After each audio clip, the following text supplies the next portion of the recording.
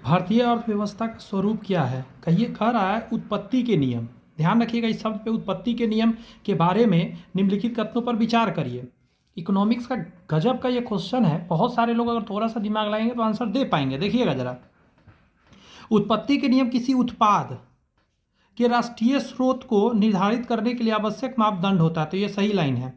उत्पत्ति के नियम कस्टम एजेंसियों को यह जानने में मदद करता है कि किसी दिए गए उत्पाद पर कौन से नियम और कौन सा शुल्क लागू होता है। ये भी सही है। इसका उपयोग व्यापार सांख्यिकी के प्रयोजन के लिए किया जाता है। ये भी सही है। और आगे कह रहा है कि उसका महत्व इस तथ्य से प्रमाणित होता है कि कई मामलों में कर और प्रतिबंध आयातों के स्रोतों पर निर्भर करते हैं। इसका पॉइंट 1, 2, 3, 4 सभी उत्पत्ति के नियम के लिए करेक्ट है। ये क्वेश्चन 2023 में आया था। इसका आंसर हो जाएगा उपयुक्त सभी जो है कथन सही दिए गए हैं। डिटेल में अगर देखेंगे वही बात यहाँ रिपीट करके लिखा गया, फिर भी पढ़ेंगे। उत्पत्ति के नियम किसी उत्पाद की राष्ट्रीय स्रोत को निर्धारित करने के लिए आवश्यक मापदंड है। उत्पत्ति के नियम कस्टम एजेंसियों को यह जानने की मदद करते हैं कि किसी दिए गए उत्पाद पर कौन सा नियम और कौन सा शुल्क लागू होते हैं। इसका उपयोग व्यापार सांख्यिकी के प्रयोजन के लिए किया जाता है। इसका महत्व इस तथ्य से प्रमाणित हो जाता है कि कई मामलों में कर और प्रतिबंध आयातों के स्रोतों पर निर्भर करते हैं। नमस्कार दोस्त, आप देख रहे हैं directstudy.com, जहां पे आपको आज के क्लास में पढ़ाया जा रहा है भारतीय अर्थशास्त्र यानी इकोनॉमिक्स पढ़ाया जा रहा है।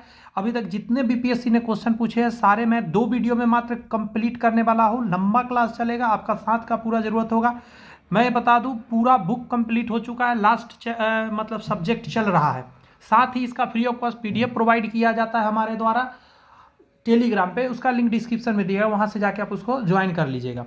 अगला प्रश्न है कि भारत को 2024-25 तक ये जो बिलियन है 5 बिलियन मतलब डॉलर है ये, तो 5 ट्रिलियन डॉलर की अर्थव्यवस्था बनाने के लिए जीडीपी ग्रॉस डोमेस्टिक प्रोडक्ट की विकास दर लगातार कितनी होनी चाहिए, तब जाके ऐसा होगा। तो आंसर है तकरीबन 9% लगातार होनी चाहिए। देखिए 2020 में पूछा गया था और वेरी वेरी इंपॉर्टेंट क्वेश्चन है, ये सब पता होना चाहिए हम लोग को।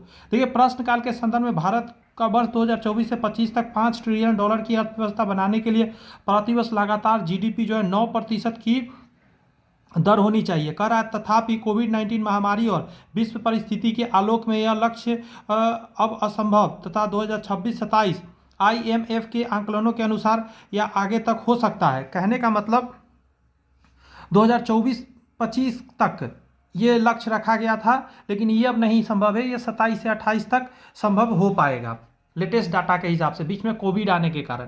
कह रहा है भारत को एक अल्प विकसित देश कहा जाता है। क्या कहा जाता है? अल्प विकसित देश कहा जाता है। ये बहुत पहले का क्वेश्चन है, समझिएगा जरा। तो उसके लिए ये अलग पॉइंट था, तो इस क्वेश्चन को हमको छोड़ना पड़ेगा। बात समझे? इसका सिर्फ सोल्यूशन हम पढ़ते हैं तब समझ में आएगा बातें। देखिए प्रश्नकाल हेतु डी उत्तर सही है। अद्यतन आंकड़ों के आधार पर भारत अब अल्प विकसित देश नहीं है बल्कि विकासशील देश का दर्जा प्राप्त कर चुका है। हालांकि भारत में अभी भी जनसंख्या वृद्धि दर अधिक बनी हुई है, फिर भी प्रश्नकाल की तुलना में कम है। कृषि पर निर्भरता अभी भी अधिक है। औद्योगिक उन्नति पूर्व की तुलना में बहुत तेज हुई है।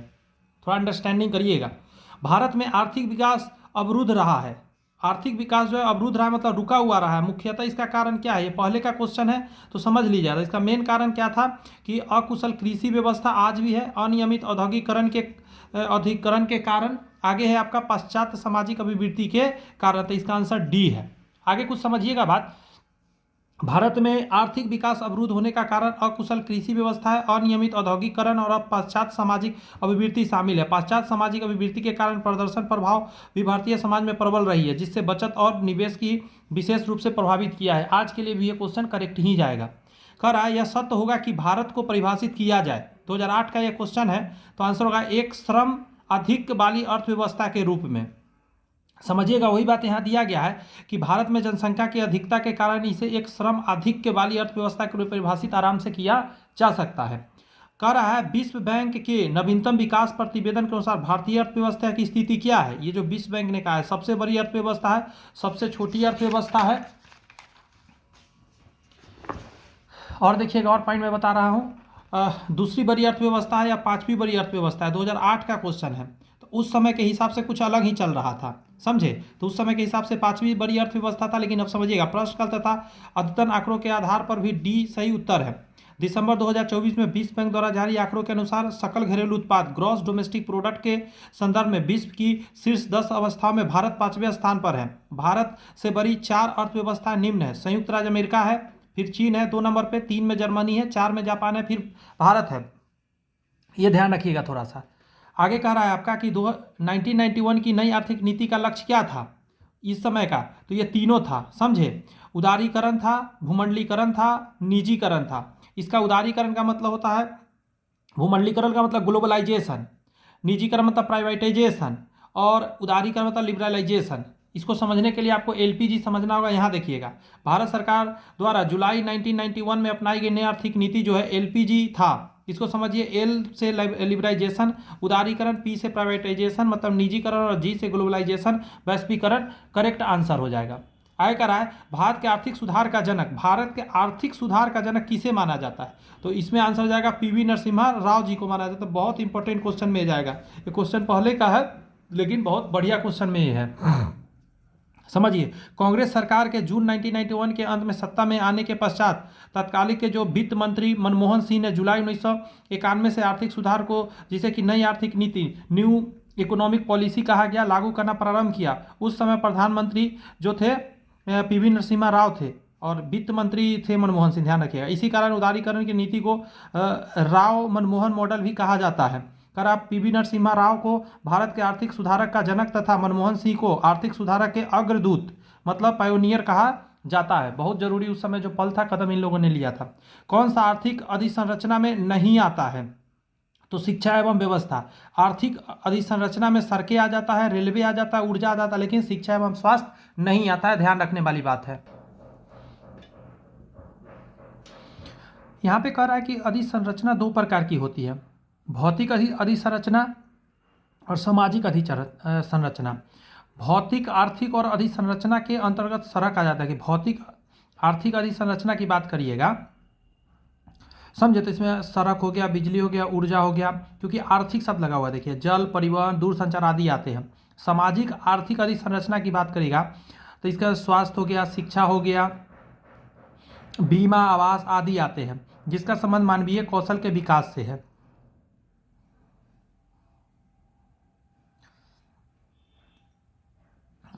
एक चीज लेकिन यहाँ गड़बड़ हो रहा है, देखिए भौतिक आर्थिक अधिसंरचना के अंतर्गत ये सभी आता है, और सामाजिक आर्थिक संरचना के अंतर्गत जब आ ही रहा है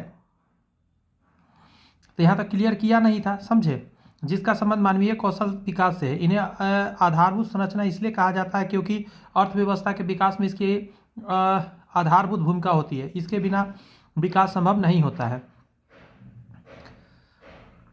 तो यहाँ क्वेश्चन क्लियर करना चाहिए, समझे, कौन सा आर्थिक अधिसंरचना में नहीं आता है, तो भौतिक यहाँ शब्द जोड़ना पड़ेगा तब जाके सही होगा। ये भौतिक, भौतिक जोड़िएगा ना तब जाके ये होगा ना कि भौतिक के अंतर्गत ये दोनों नहीं है। ये दोनों क्या चीज में आ जाता है, सामाजिक आर्थिक में आ जाता है, ध्यान रखिएगा। इस प्रश्न को देखिए, सामाजिक आर्थिक, अब सामाजिक शब्द लग गया, सामाजिक आर्थिक संरचना में किसे शामिल नहीं किया गया है। स्वास्थ्य तो है, शिक्षा है, आवास भी है, लेकिन ये तो तार संचार, दूर संचार हो गया, ये इसके अंतर्गत नहीं आ जाता, ये भौतिक आर्थिक अधिसंरचना में आ जाता है। भारतीय अर्थव्यवस्था में संयुक्त क्षेत्र का क्या अभिप्राय है, तो इसका अभिप्राय है किसी उद्यम में सरकारी एवं निजी क्षेत्र दोनों ही का सम्मिलित स्वामित्व, इसी को संयुक्त क्षेत्र कहते हैं। देखिए, भारत में संयुक्त क्षेत्र की तहत किसी उद्योग में सरकारी एवं निजी दोनों क्षेत्रों को वस्तुगत उत्पादन का अधिकार दिया गया है, अर्थात कोई भी वस्तु सरकारी या निजी दोनों क्षेत्रों में उत्पादित की जा सकती है। अर्थव्यवस्था में संयुक्त क्षेत्र का अर्थ किसी उद्योग में सरकार और निजी क्षेत्रों की सम्मिलित भागीदारी से है। सरकारी उपक्रमों का लाभकारी बनाने के लिए उसके कुछ अंश मतलब शेयर निजी क्षेत्रों को दिए जाते हैं, जिससे उच्च प्रबंधन एवं तकनीक प्राप्त हो सके। राष्ट्रीय आय की बात करेगा तो भारत में राष्ट्रीय आय का आंकड़ा जो है डेटा निम्नलिखित में से कौन सा कार्यालय या संस्था जारी करता है, ये बहुत इंपॉर्टेंट क्वेश्चन हो जाता है। तो ये संस्थान जो है ना, इसका आंसर दीजिएगा एक से ज़्यादा। देखिए कैसे, उसको समझ लीजिए। यहाँ पे कह रहा है कि केंद्रीय सांख्यिकी कार्यालय CSC, केंद्रीय सांख्यिकी कार्यालय का गठन जो है मई 1951 में किया गया था, जो भारत की राष्ट्रीय आय की गणना करता था। वर्ष 2019 में CSC को NSSO में मिलाकर राष्ट्रीय सांख्यिकी कार्यालय NSO का गठन किया गया। जो वर्तमान में राष्ट्रीय आय का आकलन करता है। तो आप समझिए, तो पहले क्या था, CSO और अब है NSSO। तो इसका आंसर ये भी हो जाएगा, ये भी हो जाता है। इसका आंसर क्या आ जाएगा, 1 से अधिक हो जाएगा। आगे है कि भारतीय राष्ट्रीय आय की गणना किसके द्वारा की जाती है। फिर से आगे ये क्वेश्चन तो स्टार इसीलिए लगा है क्योंकि देखिए, केंद्रीय सांख्यिकी संगठन के अंतर्गत पहले होता था, तो करा प्रश्नकाल हेतु विकल्प बी सही उत्तर था जब ये प्रश्न आया था उस समय के लिए। लेकिन वर्तमान में राष्ट्रीय आय की गणना राष्ट्रीय सांख्यिकी कार्यालय NSO द्वारा की जाती है।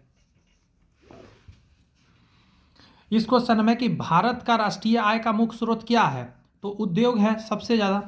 देखिए, उद्यतन आंकड़ों के अनुसार दिए गए विकल्पों के संदर्भ में भारत का राष्ट्रीय आय का मुख्य स्रोत जो है, हालांकि समग्र रूप से जीबीए में सर्वाधिक योगदान सेवा क्षेत्र का है, समझे। लेकिन कह रहा है कि 28 फरवरी 2025 को जारी राष्ट्रीय आय के द्वितीय अग्रिम अनुमान 2024-25 के अनुसार वर्ष 2024-25 सेकेंड AE के जीबीए जी के प्राथमिक और द्वितीयक एवं तृतीयक क्षेत्रों का हिस्सेदारी क्रमशः 19.8% प्राथमिक क्षेत्र का रहा है और 25.2% रहा है द्वितीय क्षेत्र का और 55% तृतीय क्षेत्र का रहा है। इसी अवधि के दौरान नॉमिनल जीबीए कृषि एवं अदर चीज़ की बात करें, हिस्सेदारी जो 18.04%, उद्योग क्षेत्र की हिस्सेदारी 26.98% तथा सेवा क्षेत्र की हिस्सेदारी 54.98% दिखाया गया है। तो आप इसी से उद्योग धंधा पर ज़्यादा फोकस कर सकते हैं। आगे का रहा है, भारत की उन्नति संतोषजनक रही है। ये बहुत पहले का क्वेश्चन है, तो कुल राष्ट्रीय उत्पादन में बढ़ोतरी के संबंध में। तो इस चीज़ को डिटेल समझने के लिए यहाँ समझिए। देखिए, प्रश्नकाल में दिए गए विकल्पों में किसी भी विकल्प के संबंध में उन्नति संतोषजनक नहीं रही है, किंतु विकल्प ए अन्य सभी विकल्पों की अपेक्षा नज़दीक रही है, समझे। भारत में यदि कोविड-19 की अवधि 2020 से 21 तथा 21 से 22 को छोड़ दिया जाए तो विकल्प ए सर्वोत्तम उत्तर होगा। आगे कुछ और डिटेल समझिए। कह रहा प्रथम पंचवर्षीय योजना को छोड़कर वर्ष 1954 तक अर्थात चौथी पंचवर्षीय योजना तक सभी योजनाओं के राष्ट्रीय आय की वास्तविक वृद्धि निर्धारित लक्ष्यों की अपेक्षा कम ही रही है।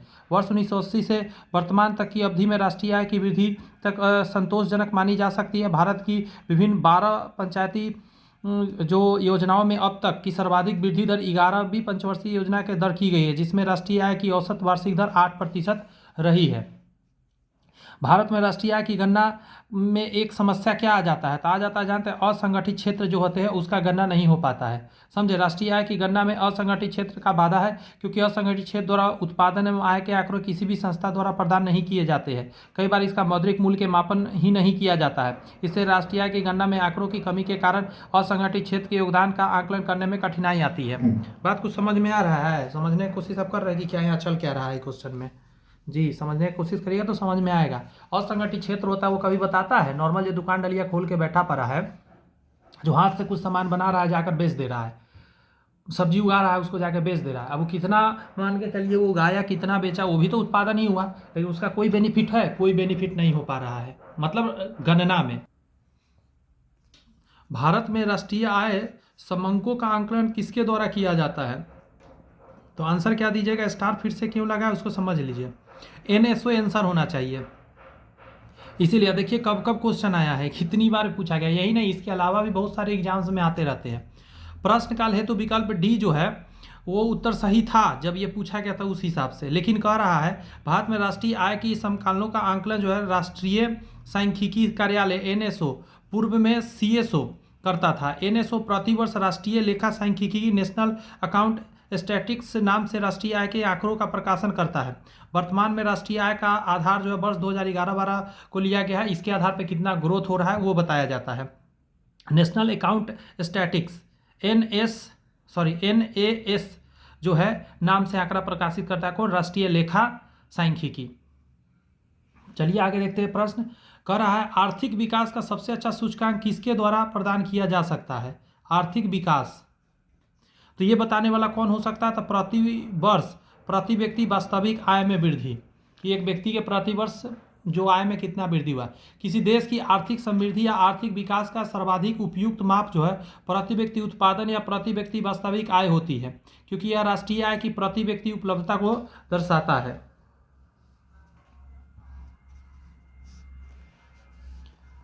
इस प्रश्न को गौर करिएगा जरा कि बिहार का प्रति व्यक्ति शुद्ध राज्य घरेलू उत्पाद स्थित कीमतों पर देश की तुलना में कम है। वर्ष 2018-19 में यह क्या था?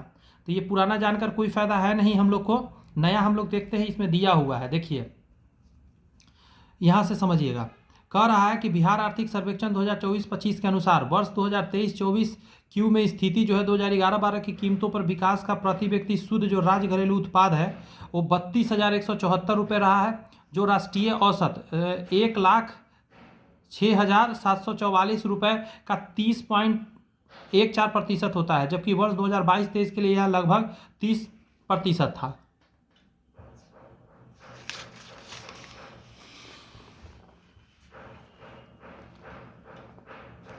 यहाँ कह रहा है हिंदू वृद्धि दर किसे संबंधित है? तो ये संबंधित है जीडीपी से। कह रहा है प्रोफेसर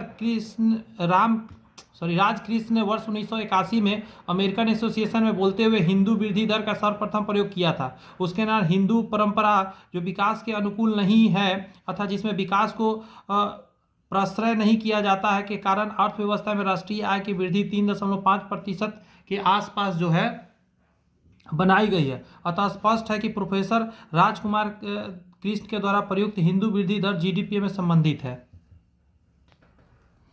भारत के किस राज्य की वर्तमान मूल्यों पर नवीनतम प्रति व्यक्ति आय न्यूनतम है? तो ये 2017 का क्वेश्चन है, उस हिसाब से तो अलग होता है। आइए इस क्वेश्चन का आंसर से समझते हैं थोड़ा सा डिटेल। देखिए आर्थिक सर्वेक्षण 2024 के अनुसार वर्ष 2022-23 में चालू कीमतों पर बिहार के प्रति व्यक्ति शुद्ध आय घरेलू उत्पाद जो है वह है 53,478 रुपये है, समझे।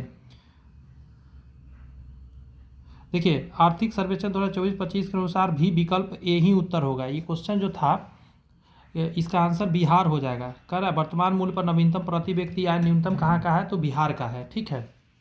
अभी भी हाल के केंद्रीय बजट में एफएम के बीमा के क्षेत्र में प्रत्यक्ष विदेशी निवेश एफडीआई की सीमा को वर्तमान से बढ़ाकर कितना कर दिया गया है? तो आंसर हो जाएगा 74%। यह 2022 का क्वेश्चन। यहाँ समझ लीजिए कि बजट 2021-22 में वित्तीय मंत्री निर्मला सीतारमण द्वारा बीमा क्षेत्र में प्रत्यक्ष निवेश एफडीआई की सीमा 49% से बढ़ाकर 74% करने की घोषणा की गई, जो अगस्त 2021 से प्रभावी है। केंद्रीय बजट 2024-25 में इसको 74% से बढ़ाकर 100% करने की घोषणा की गई है कि 100% तक बाहरी निवेश इसमें पैसा लगा सकती है। आगे कह रहा है केंद्र सरकार के भारी उद्योग एवं सार्वजनिक उद्योग मंत्रालय द्वारा लघु रत्न श्रेणी 1 उद्योग को अधिकतम कितनी धनराशि तक वित्तीय स्वायत्तता दी गई है? तो 2011 का क्वेश्चन है, तो पुराना इसको छोड़ना पड़ेगा।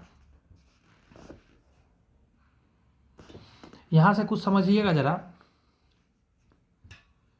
किसी पीएसयू को मिनी रत्न का दर्जा बनाए रखने के लिए पिछले लगातार 3 वर्षों तक मुनाफा अर्जित करते रहने की आवश्यकता होती है, ठीक है।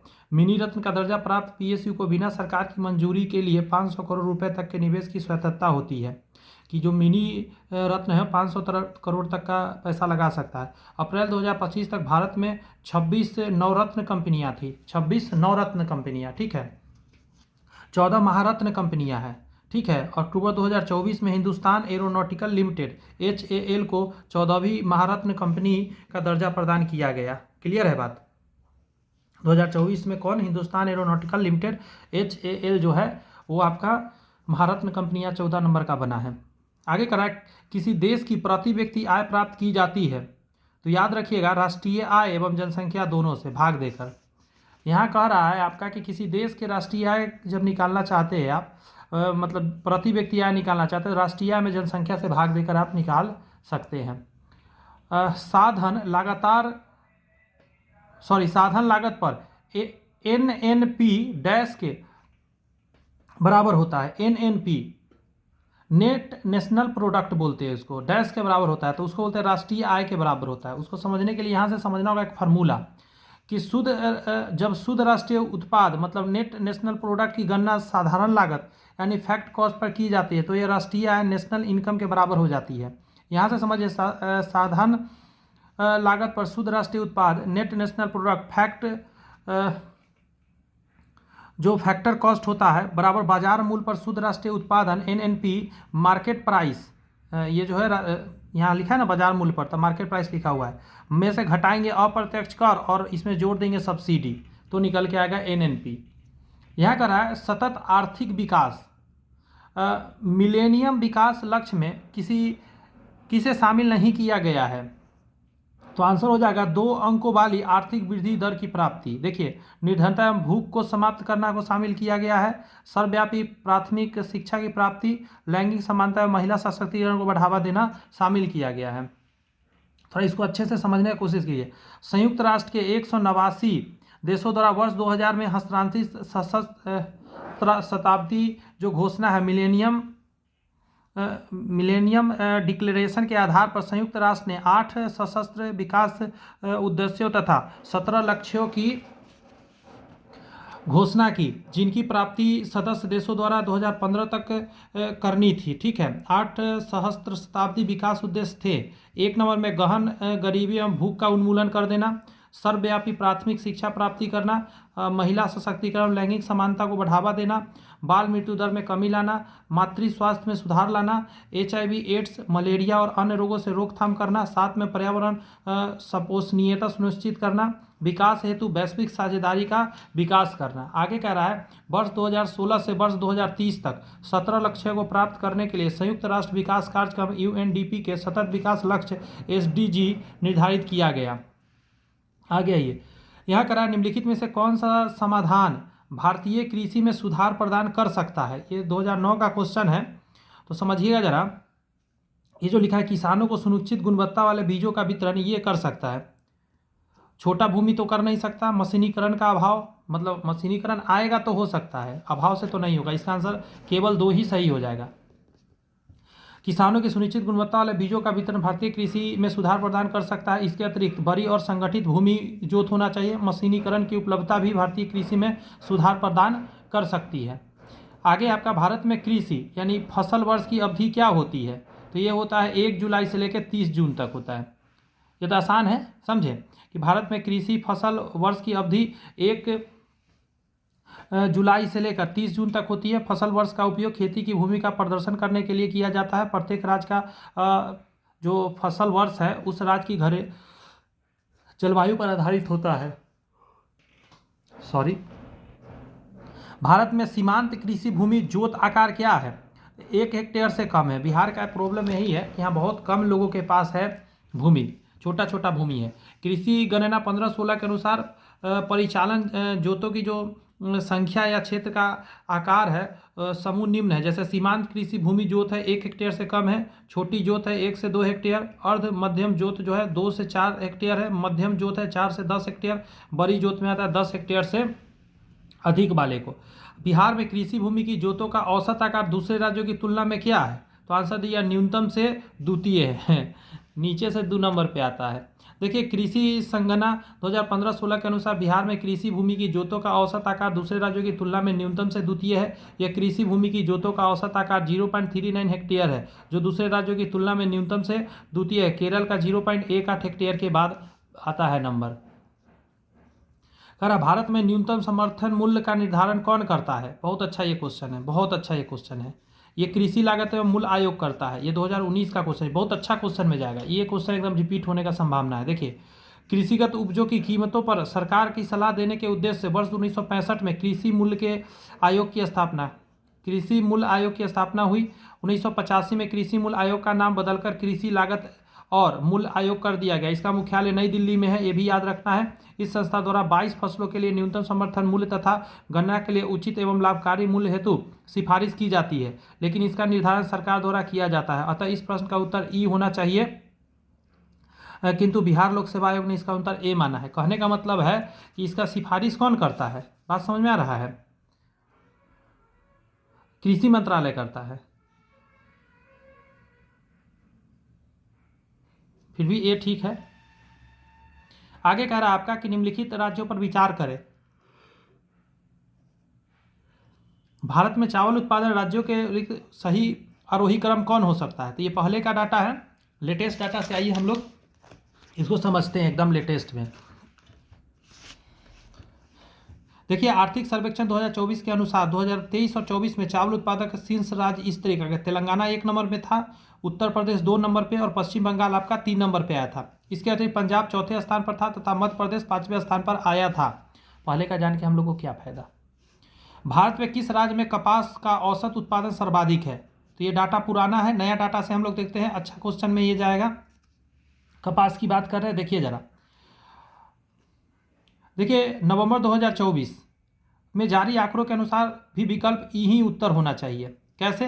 भारत सरकार द्वारा जारी आंकड़ों के अनुसार 2024-25 में कपास की औसत उत्पादक सर्वाधिक गुजरात में हुआ। ठीक है, इतना रहा। इसके बाद क्रमशः ओडिशा है। ओके, ओडिशा के बाद आपका राजस्थान है। तो ये इसमें कहीं भी ऑप्शन में कुछ है ये नहीं है। करा विकलगत राज्य में सर्वाधिक उत्पादक आंध्र प्रदेश में है। तो आप डी आंसर दे सकते हो, वैसे ई दे दीजिए। सर्वाधिक है तो सर्वाधिक वाला तो उसमें दिया ही नहीं गया है। ऑप्शन के हिसाब से आप आंध्र प्रदेश दे सकते हैं।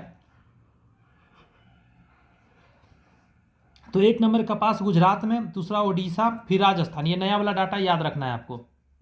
निम्नलिखित में कौन सा 20वीं शताब्दी के 60वें दशक के अंतिम दौर में हरित क्रांति की प्रकृति का सबसे उचित वर्णन करता है? तो आंसर क्या हो जाएगा? बीज उर्वरक जल तकनीक। बीज उर्वरक और जल तकनीक।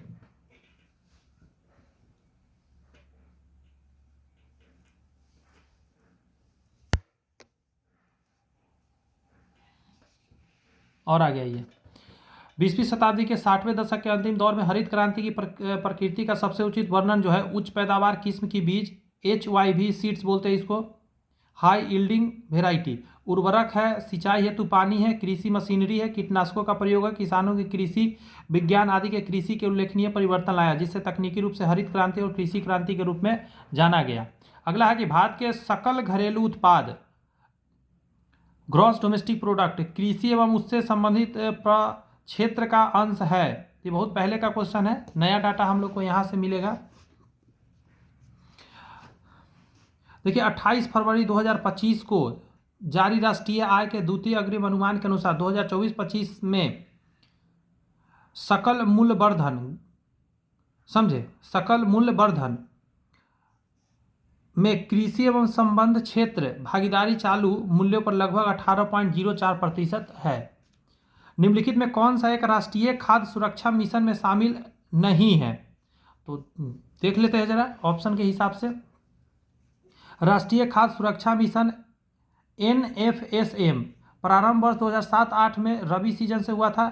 एक केंद्रीय प्रयोजन जिसके वर्ष 2011-12 तक 11वीं पंचवर्षीय योजना के अंत तक गेहूं, चावल, दलहन का क्रमशः 10.82 मिलियन टन अतिरिक्त उत्पादन, कुल 20 मिलियन टन खाद्यान्न का अतिरिक्त उत्पादन प्राप्त करने के लक्ष्य के साथ प्रारंभ किया गया था। आच्छादित फसलें चावल, गेहूं, दलहन, मोटे अनाज, वाणिज्य फसलें पर यह लागू हो रहा है। आगे देखिएगा, 12वीं योजना के अंत तक 10 मिलियन टन चावल, 8 मिलियन टन गेहूं, 4 मिलियन टन दलहन और 3 मिलियन टन मोटे अनाज समेत कुल 25 मिलियन टन अतिरिक्त खाद्यान्न उत्पादन का लक्ष्य था। विगत अनुभवों एवं प्रदर्शन के आधार पर इस कार्यक्रम की अवधि को वर्ष 2019-20 तक बढ़ाते हुए 13 मिलियन टन चावल, 5 मिलियन टन और गेहूं 3 मिलियन टन, दाल 3 मिलियन टन तथा मोटे अनाज 2 मिलियन टन का अतिरिक्त खाद्यान्न उत्पादन का लक्ष्य निर्धारित किया गया। वर्तमान में NFSM का तथा all seeds and palm oil को भी शामिल कर लिया गया है। इन चीज़ों को भी अटैच किया गया है, इसीलिए थोड़ा सा वहाँ पे कन्फ्यूजन है ऑप्शन में। आगे है, भारत में खाद्य प्रबंधन का निम्नलिखित में से कौन सा उद्देश्य नहीं है? तो आंसर क्या हो जाएगा? खाद्यान्नों का निर्यात, खाद्यान्नों का वितरण है, खाद्यान्नों की खरीद है और खाद्यान्नों के बफर स्टॉक का रख रखाव भी है। 2020 का ये क्वेश्चन है। समझाते करा आर्थिक समीक्षा 2016-17 वॉल्यूम 2 के पेज 182 के अनुसार खाद्य प्रबंधन में खाद्यान्नों की खरीद, उसका वितरण और बफर स्टॉक मूल्य स्थिरता के लिए उसका भंडारण आदि शामिल है, लेकिन खाद्यान्न का निर्यात खाद्यान्न प्रबंधन का भाग नहीं माना जा रहा है। ये प्रश्न देखिए, बहुत पहले का 2015 का, किस वर्ष कृषि और संबंधित क्षेत्र में वार्षिक औसत वृद्धि दर स्थिर मूल्य पर नकारात्मक हो गई थी? तो नकारात्मक 2002 से 3 में हुआ था। डिटेल में समझिए जरा, यहाँ पे कह रहा है देय विकल्प में 2003 के दौरान कृषि एवं संबंधित क्षेत्रों की वार्षिक औसत वृद्धि दर स्थिर मूल्य पर नकारात्मक रही। 28 फरवरी 2025 को जारी राष्ट्रीय आय के द्वितीय अग्रिम अनुमान 2024-25 के अनुसार वर्ष 2024-25 सेकेंड AE में कृषि एवं संबंधित क्षेत्र की वृद्धि दर स्थिरता 2011-12 की कीमत पर 4.6% दर्ज है, जबकि वर्ष 2023-24 के लिए यह 2.7% दर्ज था। मतलब निगेटिव नहीं, पॉजिटिव में ही इधर जा रहा है। निम्नलिखित कथन पर विचार करिए और सही बताना है। बीमा वर्ष भारतीय कृषि बीमा कंपनी लिमिटेड AICIL द्वारा किया जाता है, तो आपको बता दें ये सही है। यह योजना 2007 के दौरान दक्षिण पश्चिम मानसून अवधि से शुरू की गई थी। तो ये गड़बड़ है, ये बहुत पहले शुरू हुआ था, तो ये गड़बड़ है। इसका आंसर सिर्फ एक होगा, समझिए जरा। AIC द्वारा वर्षा बीमा की खरीफ वर्ष 2004 में दक्षिण पश्चिम मानसून अवधि में शुरू किया गया था, मतलब 2004 में ही शुरू हुआ था। भारत में कृषि क्षेत्र की बीमा कवर उपलब्ध कराने हेतु भारतीय कृषि बीमा कंपनी निर्दिष्ट संस्थान है। इससे पहले कृषि क्षेत्र में लागू बीमा योजना के क्रियान्वयन भारतीय साधारण बीमा company general insurance company GIC द्वारा किया जाता था, किंतु कृषि क्षेत्र की व्यापक एवं विशिष्ट आवश्यकता के दृष्टिगत भारत सरकार ने दिसंबर 2002 में भारतीय कृषि बीमा कंपनी की स्थापना की।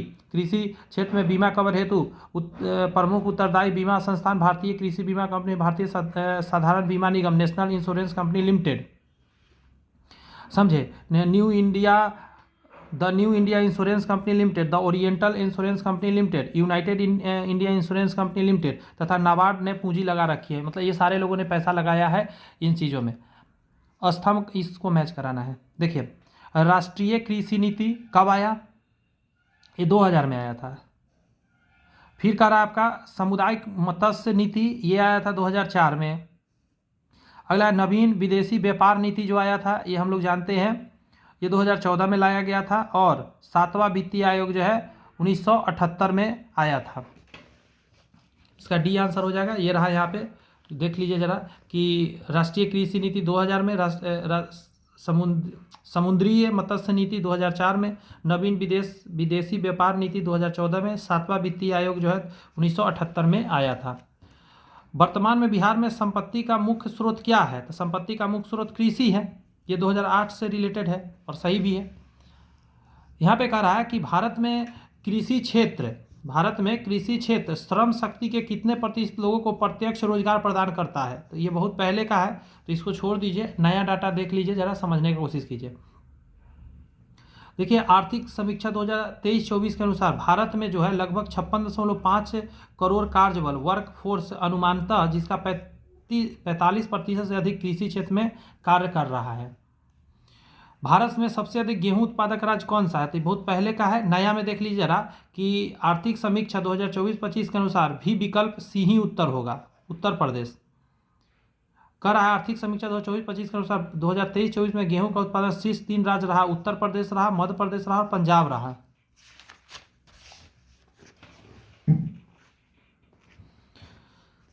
अगला क्वेश्चन है आपके सामने कि चतुर्थ अग्रिम अनुमान के अनुसार 2020-21 में भारत के गेहूं का कुल उत्पादन कितना टन था? तो ये क्वेश्चन को छोड़ दीजिए, इसका हम लोग नीचे देखते हैं जरा। देखिए, आर्थिक समीक्षा जो है 2024-25 के अनुसार वर्ष 2023 से 24 में गेहूं का उत्पादन लगभग 113.30 मिलियन टन रहा है।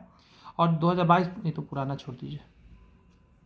भारत में अधिकांश व्यक्ति बेकार है, तो कहाँ? कृषि में रहता है, लगा पड़ा है, कुछ हासिल हो नहीं रहा है। देखिए, भारतीय कृषि की विशेषता यह है कि इस क्षेत्र में आवश्यकता से अधिक श्रमिक नियोजित है। वस्तुतः छिपी बेरोजगारी अथवा प्रच्छन्न बेरोजगारी, जिसको बोलते हैं डिस्यूज्ड अनएम्प्लॉयमेंट, भारतीय कृषि क्षेत्र की विशेषता है। इस क्षेत्र में कुछ समय तक लोग रोजगार में लगे रहते हैं, लेकिन अधिकांश समय में बेरोजगार बैठे रहते हैं।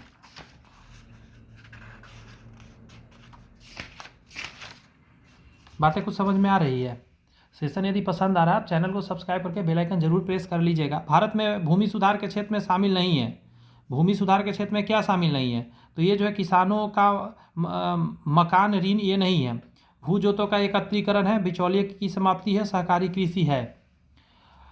देखिए, स्वतंत्रता उपरांत भूमि सुधार उद्देश्य का पूरा करने के लिए कदम उठाया गया। पहला है मध्यस्थों अथवा बिचौलियों की समाप्ति करना। काश्तकारी सुधार मतलब टेनेंसी रिफॉर्म्स के अंतर्गत लागान का नियमन, काश्त अधिकार की सुरक्षा, काश्तकारों की भूमि पर मालिकाना हक प्रदान करने जैसे कदम उठाए गए। अगला है कृषि पुनर्गठन। इसके तहत कृषि का पुनर्वितरण, भू जोतों का एकत्रीकरण तथा जोतों की चकबंदी तथा सहकारी खेती शामिल भी है।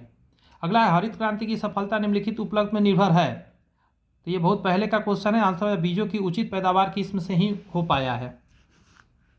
उसका डिटेल यहाँ दिया गया है कि देखिए बीजों की उत्पादक पैदावार किस्म, उर्वरक हो गया, कीटनाशक दवाएं हो गया, पर्याप्त सिंचाई की उपलब्धता हो गई, ये सभी हरित क्रांति में बहुत बड़ा हेल्प रहा। नाबार्ड उधार देता है, तो ये देता है कृषि एवं ग्रामीण विकास बैंक को। नाबार्ड किसको देता है? कृषि एवं ग्रामीण विकास बैंक को उधार देता है। यहाँ समझ लीजिए कि जुलाई 1982 में स्थापित नाबार्ड, ये बहुत अच्छा है, बहुत अच्छा क्वेश्चन में जाएगा। नाबार्ड का स्थापना हुआ है जुलाई 1982 में। कृषि एवं ग्रामीण विकास हेतु पुनर्वित्तीय प्रदान करने वाले सर्वोच्च संस्था है। नाबार्ड राष्ट्रीय कृषि एवं ग्रामीण विकास बैंक कृषि एवं ग्रामीण विकास के लिए सीधे वित्त न प्रदान करके सहकारी, वाणिज्य एवं क्षेत्रीय ग्रामीण बैंकों को यह वित्त जो है प्रदान करता है। भारत में कृषि पुनर्वित्त प्रदान करने के लिए शिखर स्तर के बैंक का नाम क्या है? तो उसको बोलते हैं राष्ट्रीय कृषि एवं ग्रामीण विकास बैंक। समझे? कृषि में पुनर्वित्तीय प्रदान करने के लिए सबसे बड़ा बैंक। यहाँ कह रहा है कि राष्ट्रीय कृषि और ग्रामीण विकास बैंक नाबार्ड की स्थापना किस पंचवर्षीय योजना की अवधि में हुआ था? तो अभी आपने देखा है जुलाई 1982, उस समय क्या चल रहा था? छठी पंचवर्षीय योजना चल रहा था। समृद्ध ग्रामीण विकास को प्रोन्नति करने हेतु छोटे उद्योगों, कुटीर और ग्रामीण उद्योगों, हस्तलिपि तथा ग्रामीण एवं कृषि विकास से संबंधित सभी प्रकार के उत्पादन और विनियोग के लिए पुनर्वित्तीय संस्था की शीर्ष संस्थान अपेक्स बॉडी के रूप में नाबार्ड, देखिए national bank for agriculture and rural development, NABARD की स्थापना जुलाई 1982 में की गई। छठी पंचवर्षीय योजना की अवधि जो है 1980 से लेकर 85 रही, अतः नाबार्ड की स्थापना इसी छठी पंचवर्षीय योजना के अंतर्गत हुआ है। एक ट्रिक है इसका याद रखने का, नाबार्ड को अगर आप देखेंगे ना, इसमें शब्द को देखिए 1 2 3 4 5 6, छठी पंचवर्षीय योजना में 6 लेटर आता है नाबार्ड के अंदर। दिखा कुछ? 1 2 3 4 5 6 नाबार्ड में, ये याद रखने का सबसे बेस्ट तरीका है। देखिए, एक अवधारणा के रूप में मानव पूंजी निर्माण की बेहतर व्याख्या एक प्रक्रिया के संदर्भ में की जाती है जो सक्षम बनाती है। क्या चीज़ के लिए बनाती है? तो देश के लोगों की ज्ञान, कौशल स्तर और क्षमताओं में वृद्धि करने के लिए। तो 4 आंसर हो जाएगा इसका, मतलब इसका आंसर हो जाएगा ए नंबर। करा शिक्षा में निवेश मानव को मानव पूंजी में परिवर्तित करता है। इस प्रकार मानव पूंजी बढ़ती हुई उत्पादकता के प्रतिनिधित्व करता है। यह एक अर्जित योग्यता है और समझबूझ से किए गए निवेशगत निर्णयों का निर्माण है जो भविष्य में आय के स्रोतों में वृद्धि की अपेक्षा की जाए। शिक्षा में निवेश, कार्यस्थल की प्रशिक्षण, स्वास्थ्य, प्रवासन और सूचना मानव पूंजी निर्णय के स्रोत। अगला है औद्योगिक नीति संकल्पना किस वर्ष अपनाया गया? तो आंसर हो जाएगा 1956 में अपनाया गया। बहुत अच्छा क्वेश्चन है। डिटेल में समझते हैं कि औद्योगिक नीति संकल्पना वर्ष 1956 में अपनाया गया था। ज्ञातव्य हो कि यह भारी उद्योगों पर नियंत्रण रखने के लिए राज्य के लक्ष्य के अनुसार औद्योगिक नीति संकल्पना 1956 के अंगीकार किया गया। आयकर आय इस प्रस्ताव को द्वितीय पंचवर्षीय योजना का आधार भी बनाया गया था। इसको अच्छे से समझते हैं जरा। पूछ रहा है कि उत्पादन संबंध प्रोत्साहन PLI, उत्पादन संवर्धन प्रोत्साहन PLI योजना के बारे में लिखित कथनों पर विचार करिए। करते हैं। इसमें पूछ रहा है आपसे कि कौन सा कथन सही है। क्वेश्चन तो ऐसा है कि कौन सा कथन गलत है, तो गलत है उसको हम हटा दे रहे हैं। जैसे 2 नंबर और 3 नंबर जो है ये गलत है, हटा देता हूँ। पहला सही है, इसको पढ़ते हैं जरा। पहला सही है तब कि यह योजना कौन सा? उत्पादन संबंध प्रोत्साहन योजना घरेलू विनिर्माण को बढ़ावा देने और मोबाइल फोन विनिर्माण तथा निर्दिष्ट इलेक्ट्रॉनिक घटकों में बढ़े निवेश को आकर्षित करने के लिए उत्पादन से जुड़े प्रोत्साहन की पेशकश करती है। आगे सुनिए। PLI के तहत लक्ष्य श्रेणी में लैपटॉप हो गया, टैबलेट आता है, ऑल इन वन PC आ जाता है, सर्वर और अल्ट्रा स्मॉल फॉर्म फैक्टर्स, ये सारी चीज़ शामिल होता है। अच्छा क्वेश्चन के अंतर्गत ये जाएगा। इसका डिटेल पढ़ते हैं कि भारत को आत्मनिर्भर बनाने के लिए विजन को ध्यान में रखते हुए देश की विनिर्माण क्षमताओं और निर्यात को बढ़ावा देने के लिए वर्ष 2021 में 14 महत्वपूर्ण क्षेत्रों के लिए उत्पादन से जुड़ी प्रोत्साहन PIL योजना की घोषणा की गई। इस योजना का उद्देश्य जो है प्रमुख क्षेत्रों में आधुनिक प्रौद्योगिकी के निवेश पर आकर्षित करना है, बेहतर क्षमता सुनिश्चित करना है और विनिर्माण क्षेत्रों में बड़े पैमाने पर और अर्थव्यवस्था के आकार को विस्तार करना तथा भारतीय कंपनियों एवं विनिर्माण को वैश्विक स्तर पर प्रतिस्पर्धा योग्य बनाना है।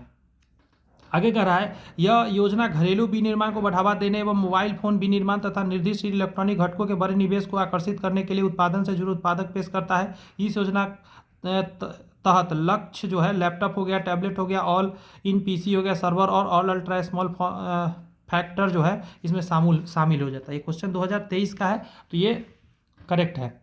नेक्स्ट है कि बौना उद्यम 100 से कम कर्मी वाले प्रतिष्ठान का भारत में 2018-19 में सेवा योजना और उत्पादकता में प्रतिशत योगदान कितना रहा है। तो ये तो 2020 का क्वेश्चन है, तो 14 से लेके 8% था। लेकिन लेटेस्ट देख लेते हैं जरा। यहाँ पे देखिए आर्थिक सर्वेक्षण जो है समीक्षा 2023-24 के अनुसार वर्ष 21-22 में 100 से कम लोगों की रोजगार देने वाले कारखाने कुल कारखानों का 79.2% थे, जबकि कुल नियोजित व्यक्ति जो केवल 22.1% और श्रमिक 20.9% थे। इस क्वेश्चन को देखिए, ये पुराना क्वेश्चन है, इसको छोड़ दीजिए, जो बनने वाला है वही बनेगा। कुछ क्वेश्चन ऐसा है कि नहीं बन पाएगा, पुराना है इसलिए। भारत में औद्योगिक क्षेत्र, बहुत अच्छा क्वेश्चन है कि भारत में औद्योगिक क्षेत्र की उपलब्धता को मापने के लिए निम्नलिखित में कौन सी संस्था औद्योगिक उत्पादन के सूचकांक को जारी करता है। तो देखिएगा, इसको समझने के लिए आपको 2-3 बातें समझना होगा जरा। जैसे कह रहा है कि भारत में औद्योगिक उत्पादन सूचकांक IIP, आगे कह रहा है कि गन्ना राष्ट्रीय सांख्यिकी, यहाँ देखिएगा राष्ट्रीय सांख्यिकी कार्यक्रम NSO, राष्ट्रीय सांख्यिकी कार्यक्रम। आगे कह रहा है कि आर्थिक सांख्यिकी प्रभाव, समझे, आर्थिक सांख्यिकी प्रभाव द्वारा किया जाता है, वह इसे जारी भी करता है। ठीक है, इसका आंसर इसीलिए ई चला जाएगा, ये पहले का क्वेश्चन है इसीलिए इसमें नहीं दिया गया है। यहाँ कह रहा है माइक्रो, लघु और मध्यम उद्यम विकास अधिनियम 2006 के अनुसार निम्नलिखित में से कौन सी एक निर्माण क्षेत्र के, ये क्वेश्चन पुराना है, इसको छोड़ना पड़ेगा।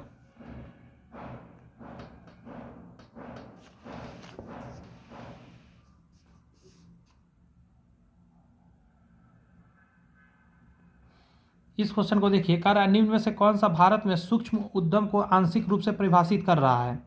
तो ये जो लिखा है, संयंत्र और मशीनरी का उपकरण में रुपए 1 करोड़ से अधिक निवेश नहीं होना चाहिए, यही आंसर होगा।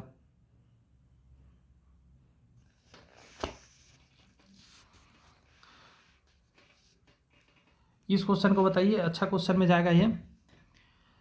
देखिए लिखा 1955 में, तो ये हो जाएगा आपका भारतीय औद्योगिक ऋण एवं निवेश निगम की स्थापना हुआ था। अगला आपका क्या है, 1964 की बात किया था, भारतीय औद्योगिक विकास बैंक जो बना था 1964 में बना था। आगे देखिएगा 1982 में तो भारतीय निर्यात आयात बैंक बना था। 1987 में औद्योगिक और वित्तीय पुनर्गठन बोर्ड बना था, ये सी आंसर हो जाएगा। यहाँ देखिए, भारतीय निर्यात आयात बैंक की अधिनियम 1981 के अंतर्गत 1982 में स्थापित भारतीय निर्यात आयात बैंक एग्जिम बैंक देश की एक शीर्ष वित्तीय संस्था है। अगला है भारतीय औद्योगिक विकास बैंक IDBI का गठन जो है भारतीय औद्योगिक विकास बैंक अधिनियम 1964 के तहत वित्तीय संस्था के रूप में हुआ था, और यह भारत सरकार द्वारा जारी 22 जून 1964 की अधिसूचना के द्वारा 1 जुलाई 1964 अस्तित्व में आई थी। भारतीय औद्योगिक ऋण और निवेश निगम ICICI की स्थापना जो है वर्ष 1955 में निजी क्षेत्र के उद्योगों को मध्यम एवं दीर्घकालिक ऋण प्रदान करने हेतु की गई थी। औद्योगिक और वित्तीय पुनर्गठन बोर्ड जो है की स्थापना जो जनवरी 1987 में की गई थी। ये प्रश्न कह रहा है कि निम्नलिखित में से भारत का कौन सा औद्योगिक और आर्थिक गलियारा जापान के सहयोग से विकसित किया जा रहा है। ये 2019 का क्वेश्चन है, तो वो था अमृतसर कोलकाता, 1 मिनट गलत, दिल्ली और मुंबई गलियारा। ये क्वेश्चन नहीं आएगा, पुराना क्वेश्चन था। तेल एवं प्राकृतिक गैस आयोग ONGC का कब स्थापना हुआ, ये बढ़िया क्वेश्चन में जाएगा, आंसर हो जाएगा इसका ONGC के बारे में फिर गड़बड़ है।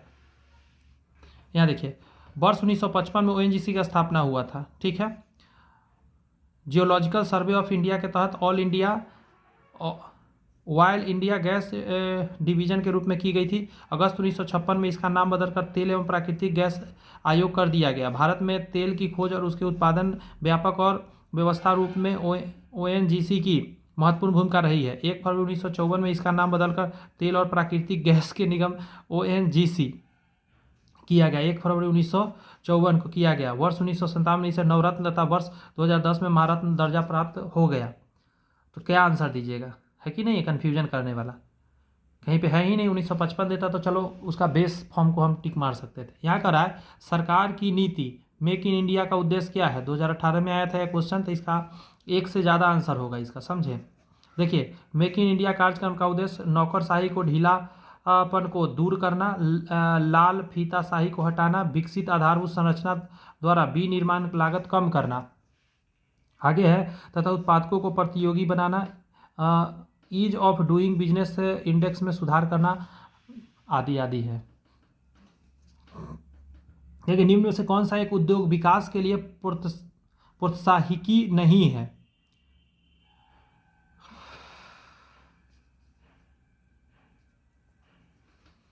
यहाँ समझिएगा, मेक इन इंडिया हो गया, स्टार्टअप इंडिया हो गया, डिजिटल इंडिया कार्यक्रम तथा ईज ऑफ डूइंग बिजनेस को विभिन्न मानकों पर सुधार द्वारा सरकार उद्योगों को विकास के लिए आधारभूत संरचना का विकास तथा वातावरण बना रही है।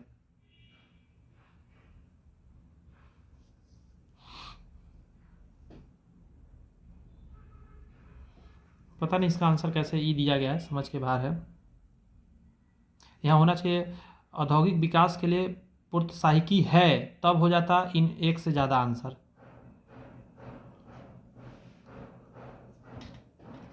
असंगठित क्षेत्र के श्रमिकों के लिए किस उद्देश्य से सामाजिक सुरक्षा योजना शुरू की गई? असंगठित क्षेत्र के लिए तो आंसर क्या दीजिएगा? सब कुछ शुरू किया गया, जैसे कि वृद्धा पेंशन हो गया, स्वास्थ्य बीमा शुरू किया गया, व्यक्तिगत दुर्घटना बीमा शुरू किया गया, समझे, ये सभी चीज़ शुरू किया गया। यहाँ का रहा है, बहुत पहले का क्वेश्चन है कि विभाजन के कारण भारत का कौन सा उद्योग सबसे बुरी तरह प्रभावित हो गया? तो जूट और रुई उद्योग प्रभावित हुआ था उस समय के हिसाब से। देखिए, कह रहा है कि 1947 में भारत के विभाजन से जूट का क्षति पहुंची, क्योंकि अधिकांश जूट उत्पादक क्षेत्र लगभग 80% पूर्वी पाकिस्तान वर्तमान बांग्लादेश में रह गया। वर्तमान में जूट उद्योग के समक्ष कच्चे माल की समस्या उत्पन्न हो गई। दूसरी तरफ सूती वस्त्र की अधिकांश मिलें मुंबई या अहमदाबाद में थी, जबकि कपास उत्पादन लगभग 40% से पश्चिम पाकिस्तान में चला गया। भारत में किस उद्योग में सर्वाधिक लोग कार्यरत है? तो आंसर दिया कपड़ा उद्योग में सबसे ज़्यादा कार्यरत है। ये बहुत पहले का क्वेश्चन है, ध्यान रखिएगा। अब आइए आगे बढ़ते हैं। दिए विकल्प में सर्वाधिक लोग कपड़ा उद्योग में कार्यरत है। कपड़ा उद्योग हमारे प्रमुख उद्योगों में से सबसे पुराना तथा सुदृढ़ स्थापित उद्योग है। वस्त्र मंत्रालय जो है भारत सरकार की वार्षिक रिपोर्ट 2023-24 के अनुसार उद्योग ने देश के लगभग 4.5 करोड़ 45 मिलियन लोगों को प्रत्यक्ष रोजगार तथा अप्रत्यक्ष रूप से लगभग 10 करोड़ 100 मिलियन लोगों को आजीविका दे रहा है। यह है खास। यहाँ कह रहा है भारत में सबसे प्राचीन बृहत स्तरीय उद्योग कौन सा है? तो कपास का ही रहा है कि नहीं है? कि भारत का वस्त्र उद्योग मुख्यतः कपास कॉटन पर ही आधारित रहा है। कपड़ा उद्योग भारत का सबसे प्राचीन बृहत उद्योग है। वस्त्र मंत्रालय भारत सरकार की वार्षिक रिपोर्ट 2023-24 के अनुसार इस क्षेत्र के प्रत्यक्ष रूप से लगभग 4.5 करोड़ 45 मिलियन लोग को रोजगार उपलब्ध करा रहा है। अप्रत्यक्ष तौर पर यह लगभग 10 करोड़ यानी 100 मिलियन लोगों को आजीविका का स्रोत बना हुआ है। सेशन अच्छा लग रहा है तो आप चैनल को सब्सक्राइब करके बेल आइकन प्रेस कर लीजिए, ताकि वीडियो अपलोड हो तो आपको आसानी से मिल सके इसका अगला पार्ट भी। कह रहा है तमिलनाडु में सर्वाधिक सूती वस्त्रों के कारखाने कहाँ पाए जाते हैं? अच्छा क्वेश्चन है। तो ये पाया जाता है आपको कोयम्बटूर में। देखिए, तमिलनाडु स्पिनिंग मिल एसोसिएशन के अनुसार तमिलनाडु के कोयम्बटूर में सर्वाधिक सूती वस्त्रों के कारखाने हैं। भारत में सर्वाधिक सूती वस्त्र के कारखाने तमिलनाडु में ही हैं। इसके बाद महाराष्ट्र एवं गुजरात तीसरा नंबर पर आता है। कपास उद्योग जिन कच्चे मालों पर आश्रित है वे है, तो यह है भार हरास मूलक। तो यही क्या है, तभी समझाते हैं, घबराओ नहीं आप। कपास उद्योग यानी कॉटन इंडस्ट्रीज में उपयुक्त आगत कपास, जूट, ऊन आदि भार ह्रास मूलक प्रकृति रूप के होते हैं। यह कच्चे मालों का प्रारंभिक अवस्था में भार अधिक होता है तथा इसके भार में निश्चित अवधि तक कमी आती है। इस अवधि के पश्चात ही ये अपने मूल स्वरूप में आते हैं। इस क्वेश्चन को समझिए, 1995 का क्वेश्चन है, तो इसको छोड़ना पड़ेगा, ये नहीं काम करेगा क्वेश्चन। यहाँ समझिए, ये भी बहुत पहले का क्वेश्चन है। देखते हैं भारत में कोर उद्योग क्या है? तो उस समय के हिसाब से यही सब था।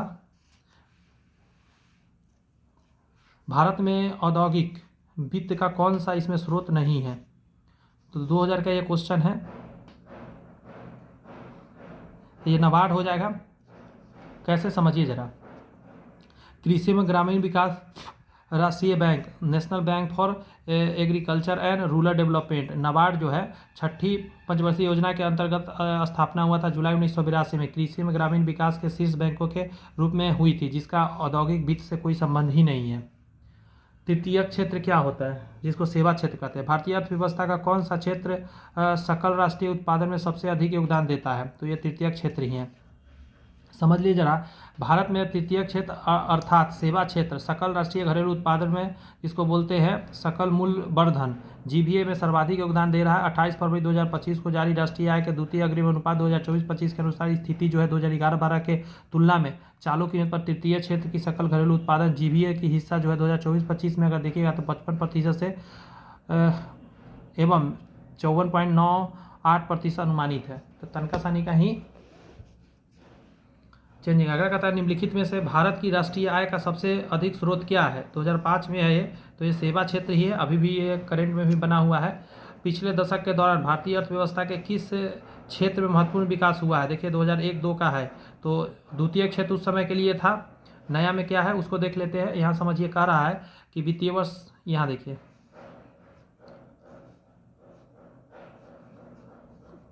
55% हो गया है, तो अभी भी वही है। यहाँ पे कह रहा है जैसा जैसा अर्थव्यवस्था विकसित होती है राष्ट्रीय आय में तृतीय क्षेत्र का अंश क्या होता है, बढ़ता जाता है। यहाँ है राजकोषीय नीति एवं राजस्व। केंद्र सरकार के गैर योजना व्यय के बारे में निम्नलिखित में से कौन सा कथन सही है, तो आंसर दीजिएगा व्यय ब्याज भुगतान पर होता है। व्यय जो होता है ब्याज भुगतान पर होता है। समझिए प्रश्नगत विकल्प में केंद्र सरकार के गैर योजना व्यय के बारे में यह कथन है कि व्यय जो है ब्याज भुगतान पर होता है। ध्यातव्य हो कि जब कोई व्यय व्यक्तिगत व्यय के इतर मतलब रख रखाव प्रशासनिक इत्यादि पर लेखन किया जाता है तो उसे गैर योजनागत व्यय कहते हैं। वर्तमान समय में भारत में योजनागत और गैर योजनागत व्यय आंकलन के समाप्त करते हुए केवल पूंजीगत एवं राजस्व व्यय का आंकलन किया जाने लगा है। सॉरी ज़्यादा ही तिरछा हो गया था इस बार पेपर, इस क्वेश्चन को छोड़ना होगा, पुराना डाटा के हिसाब से है। इसको पढ़ते हैं।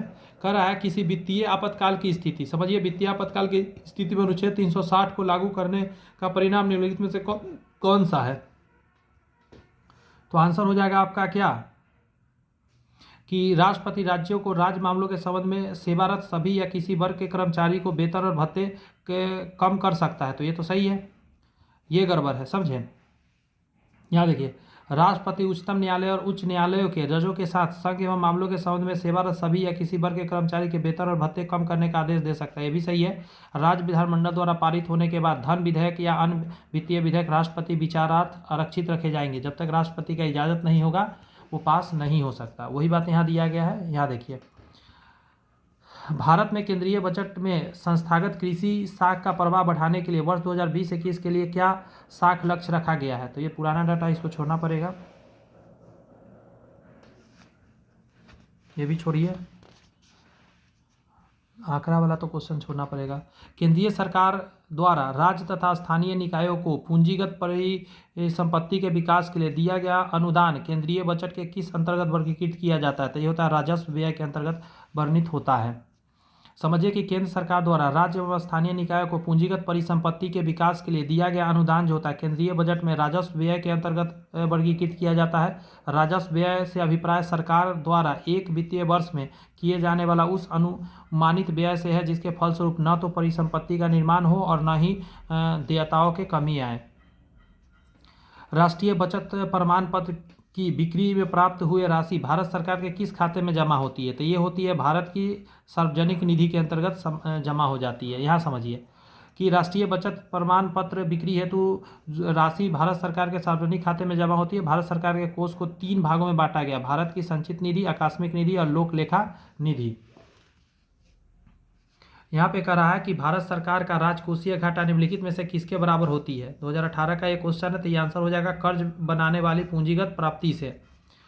यहाँ समझिएगा कह रहा है कि भारत सरकार का राजकोषीय घाटा कर्ज बनाने वाली पूंजीगत प्राप्ति के बराबर होती है। राजकोषीय घाटा सरकार के कुल व्यय और उसके कुल राजस्व यानी उधार को छोड़कर के बीच का अंतर होता है।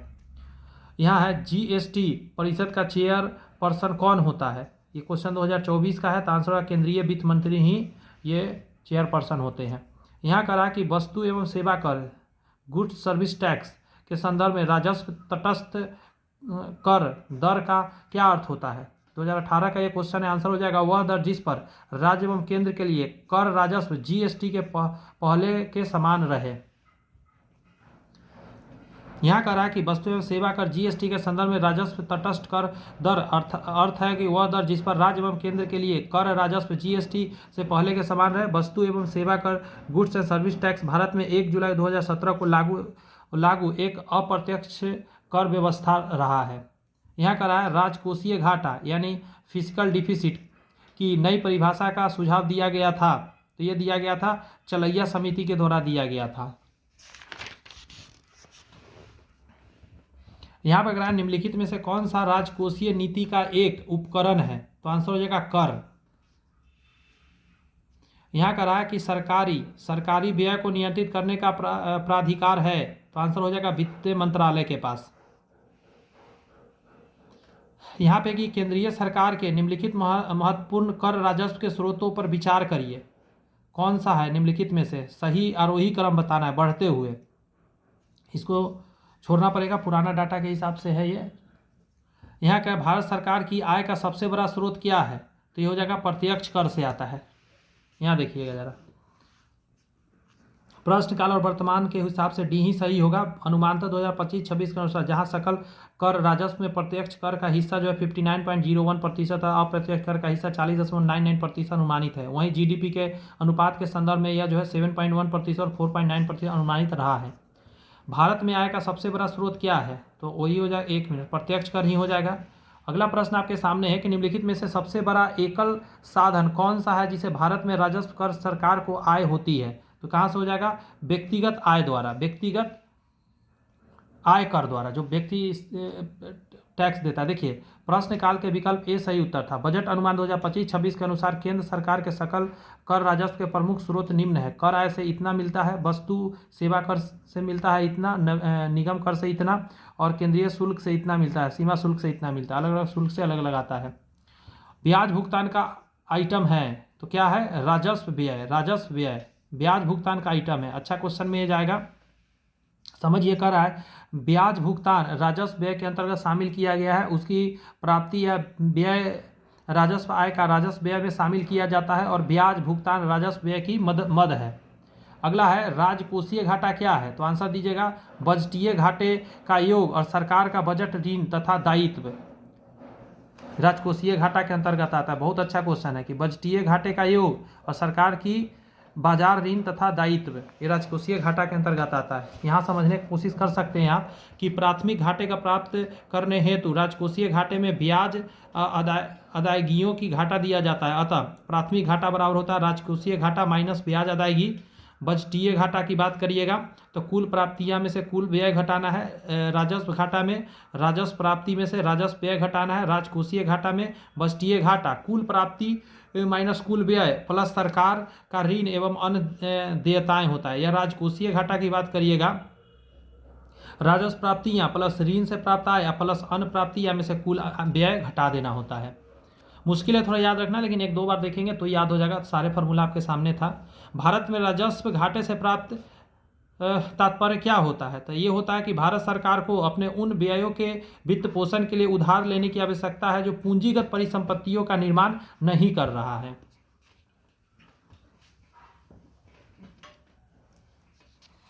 थोड़ा सा इसका डिटेल से थोड़ा और डिटेल आपका मतलब क्लियर होगा कि जब सरकार का राजस्व व्यय उसके राजस्व आय से अधिक होता है, मतलब जो खर्च है वो आय से ज़्यादा होता है, तो इस अंतर को राजस्व घाटा कहते हैं। इसका पूर्ति के लिए सरकार जो कर्ज लेता है उसे कोई पूंजीगत संपत्ति सृजन नहीं होती है, बल्कि केवल परिचालन लागत तथा दैनिक खर्च की पूर्ति ही हो पाती है। अगला है निम्न में से कौन सा भारत के बजट 2022-23 की प्राथमिकताओं में सम्मिलित नहीं है? तो पुराना जानकर क्या फायदा, इसको छोड़ दीजिए। अब यहाँ क्वेश्चन कह रहा है कि वित्तीय वर्ष 2021 में वित्तीय टैक्स जीडीपी अनुपात क्या था? तो ये जानकर भी हमको कोई फायदा नहीं है, ये भी छोड़ दीजिए। आंकड़ा वाला क्वेश्चन थोड़ा छोड़ना पड़ेगा, समझे। यहाँ देखिए ये क्वेश्चन फिर अब हो जाएगा। कह रहा है कि संशोधित मूल्य वर्धित कर का संबंध किस चीज़ से है, तो यह उत्पादक कर से है। फिर से सुनिए, संशोधित मूल्य वर्धित कर का संबंध क्या है, उत्पादक कर से है यह संबंध। इसको समझने के लिए थोड़ा अच्छे से समझिएगा कि उत्पादक शुल्क के इतिहास में वर्ष 1986 एक ऐतिहासिक वर्ष रहा है, जब दीर्घकालीन राजकोषीय नीति 1985 के क्रियान्वयन में पीवी सिंह तत्कालिक वित्त मंत्री द्वारा 1 मार्च 1986 को मोड बैट लागू किया गया। मोड बैट यानी संशोधित मूल्य वर्धित कर भी एक प्रकार का केंद्रीय उत्पादक शुल्क ही था। अगला प्रश्न आपके सामने है कि भारत में सेवा कर किस वर्ष प्रारंभ किया गया। बहुत अच्छा क्वेश्चन में जाएगा, तो 1954-55 में ये किया गया था। डिटेल समझ लेते हैं जरा। कह रहा है कि सेवा कर एक अप्रत्यक्ष कर है, इसे चलैया समिति की संस्तुति पर वित्तीय वर्ष 1994-95 वित्तीय अधिनियम 1994 द्वारा लागू किया गया। यह संघ सूची का विषय भी ध्यान रखिएगा। वर्ष 2003 में 88वें संविधान संशोधन के द्वारा अनुच्छेद 268A संविधान में सम्मिलित किया गया। वर्तमान में यह जीएसटी में शामिल है। अगला कह रहा है आपका कि भारत में बजट घाटे को पूरा करने के तथ्य देखिए, भारत में बजट घाटे को पूरा करने के तदर्थ ट्रेजरी बिल प्रणाली को समाप्त कर दिया गया। तो ये कब किया गया था, 31 मार्च 1997 को किया गया था। समझे, डिटेल में हम समझाना चाहेंगे इसको कि एड हॉक ट्रेजरी बिल की भारत में शुरुआत वर्ष 1955 में हुई थी। यह रिजर्व बैंक के नाम से ही निर्गत होती थी तथा सरकार की अत्यंत ही अस्थायी फंड संसदीय संबंधी आवश्यकता की पूर्ति के लिए निर्गत की जाती थी। इसका प्रत्यक्ष तथा तत्कालिक मौद्रीकरण हो जाता था, क्योंकि इसके निर्गत होने के साथ ही रिजर्व बैंक की संपत्ति बढ़ जाती थी और अनुषंगी के रूप में मुद्रा दायित्व में वृद्धि होती थी। एडहॉक ट्रेजरी बिल का निर्माण 31 मार्च 1997 से बंद कर दिया गया और इसके स्थान पर ऑर्थोपाय अग्रिम की योजना लागू की गई। कह रहा संविधान के अनुच्छेद 113 के अनुसार वार्षिक बजट में कितनी अनुदान की मांगें संसद में पेश की जा सकती है, तो इसका आंसर हो जाएगा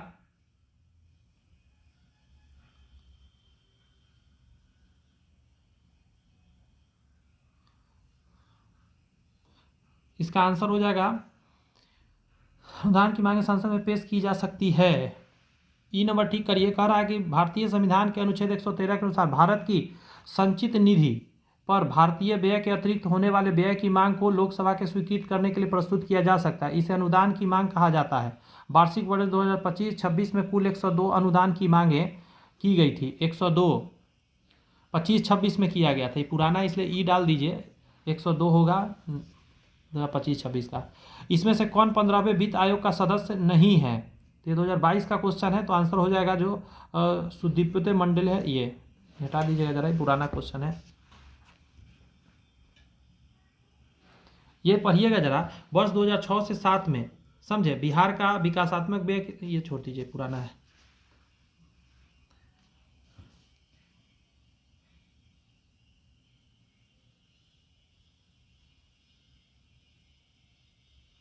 ये छोड़ना पड़ेगा आपको। इस क्वेश्चन को देखिए, भारत सरकार के राजस्व का प्रधान होता है। भारत सरकार के राजस्व का प्रधान होता है। 92-93 में क्वेश्चन है, तो प्रत्यक्ष कर, आज भी प्रत्यक्ष कर ही है।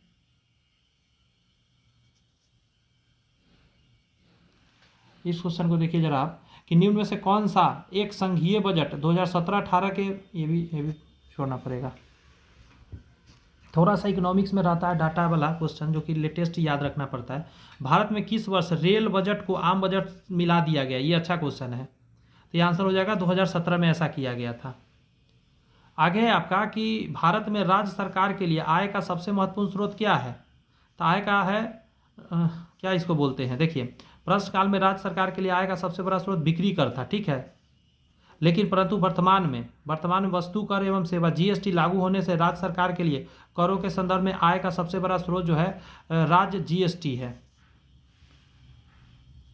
अगला, विगत वर्षों में भारत में केंद्र सरकार का सर्वाधिक संपूर्ण व्यय किस क्षेत्र में हुआ, तो ये बहुत पहले का क्वेश्चन है, तो विकास पर हुआ था। ये क्वेश्चन को भी आपको छोड़ना पड़ेगा। इस क्वेश्चन को देखिए, कह रहा है निम्नलिखित में कौन सा केंद्रीय सरकार का कर नहीं है, बहुत पहले का है, छोड़िए इसको।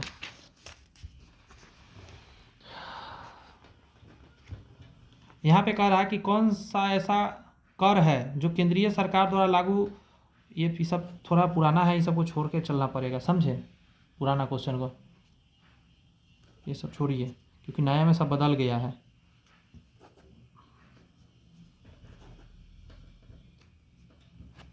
ना देखिए, वो गलती से हड़बड़ में काट दिए, ये सही था क्वेश्चन। इसको भी मैंने काट दिया। देखिए, भारत के वित्तीय आयोग के संदर्भ में निम्नलिखित कथन पर विचार करें, और पूछ रहा है सही कौन सा है। तो पहला कह रहा है वित्त आयोग एक संवैधानिक निकाय है, नहीं, संविधिक निकाय है।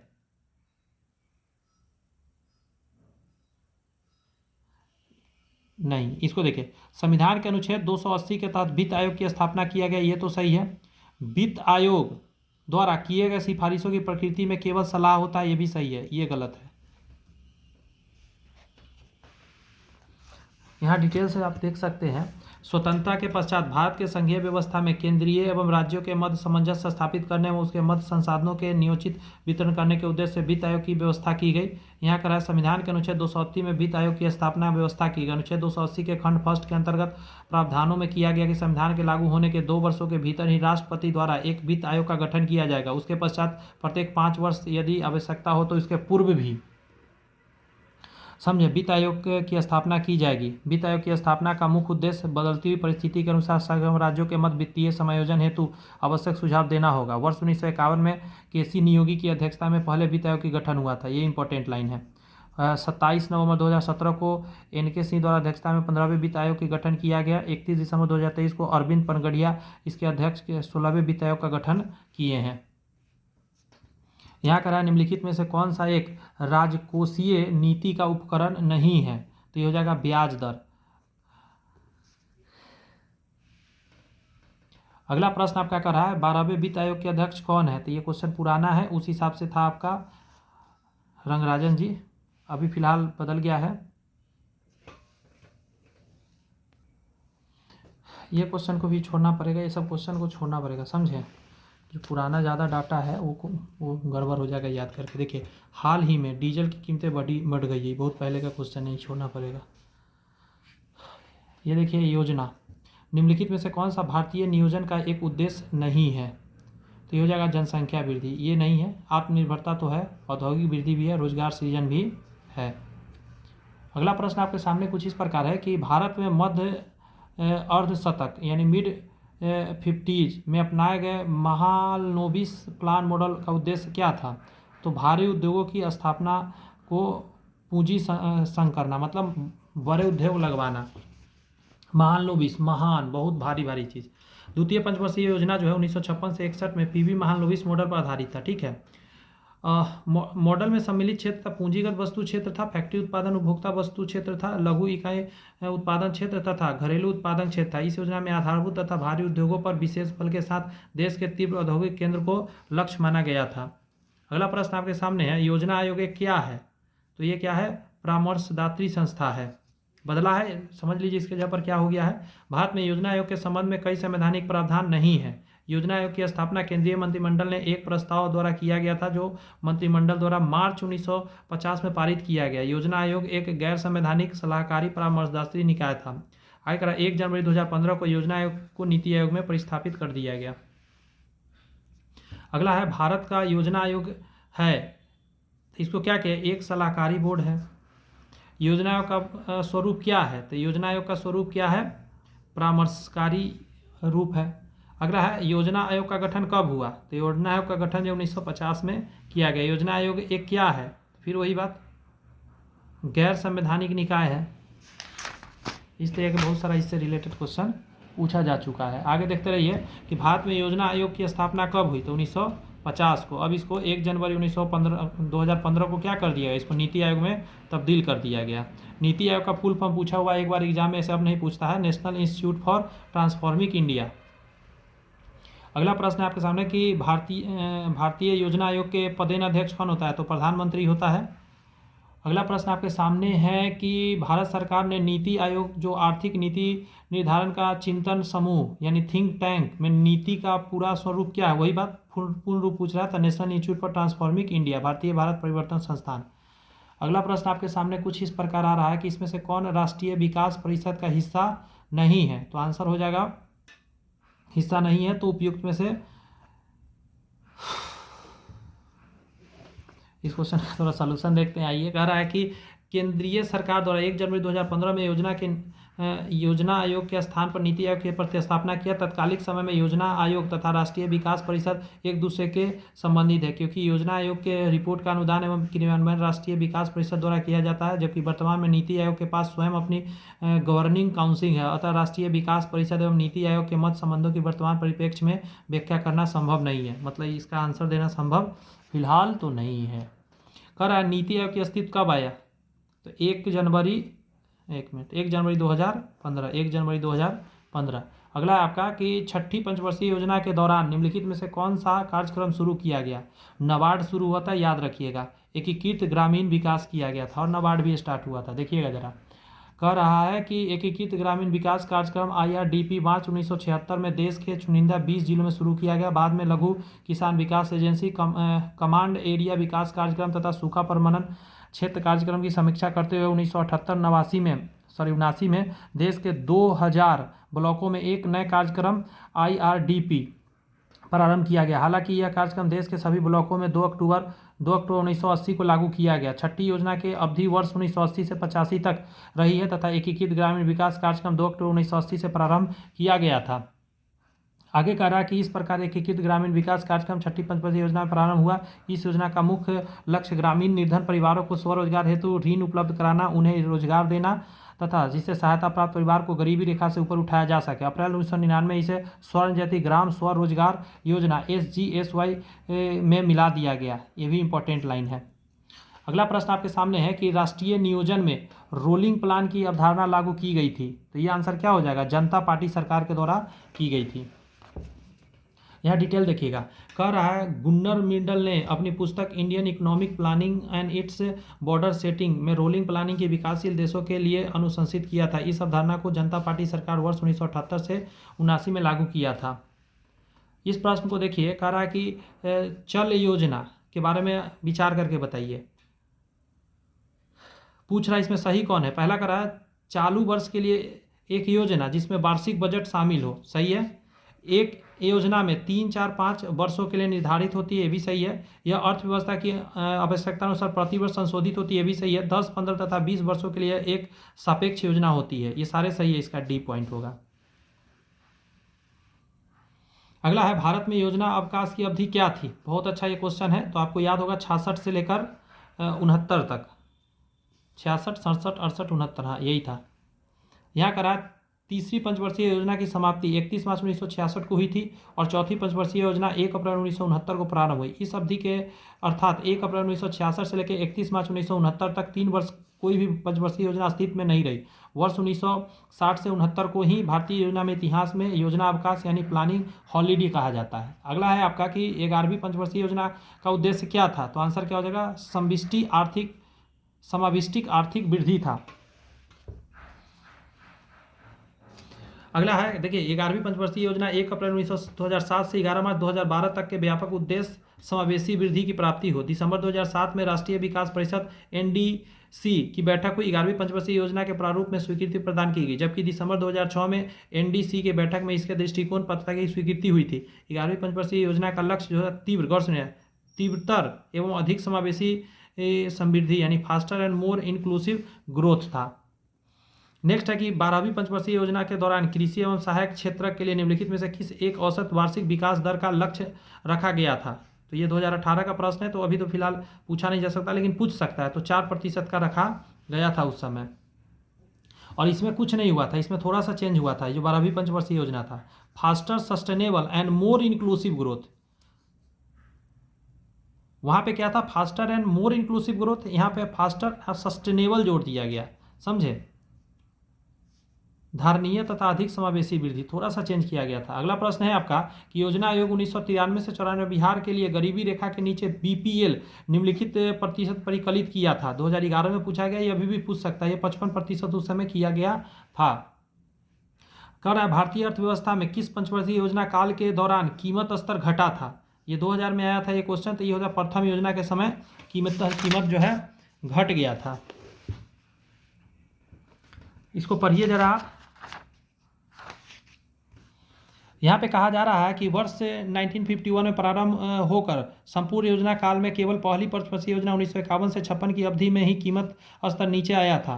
थोक कीमत सूचकांक WPI आधार वर्ष 1961 से 62 में 100, जो 1951 50 से 51 में 89 तथा 1955-56 में गिरकर 74 हो गई थी। अर्थात इस पंचवर्षीय योजना में कीमत जो 3.2% वार्षिक कीमत घट गई थी।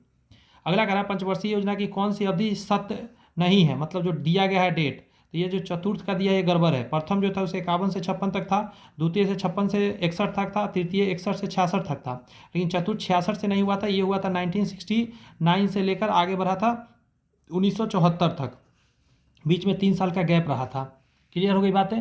अगला है भारत में नियोजित अर्थव्यवस्था आधारित है, तो आंसर क्या दीजिएगा, मिश्रित अर्थव्यवस्था पर। अगला प्रश्न है कि 8वीं पंचवर्षीय योजना प्राथमिकता देती है, तो ये रोजगार बढ़ाने पर। 8वीं पंचवर्षीय योजना रोजगार बढ़ाने पर। एक चीज़ याद रखने का तरीका बताता हूँ, पहले 8वां क्लास में बोर्ड एग्जाम आया था, बच्चा पास कर जाता था तो उसको नौकरी लग जाता था, यही याद रखने का तरीका है कि 8वीं पंचवर्षीय योजना रोजगार बढ़ाने के लिए आया था।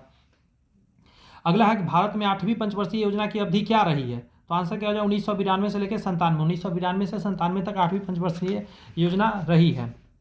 यहाँ करा है 8वीं योजना के अंतर्गत GDP को निम्न स्तर तक बढ़ाने का लक्ष्य निर्धारित किया गया था, तो 5.6% तक निर्धारित किया गया था। अगला है आपका पंचवर्षीय योजना का अंतिम अनुमोदन देता है, तो देने वाला राष्ट्रीय विकास परिषद होता है अंतिम अनुमोदन।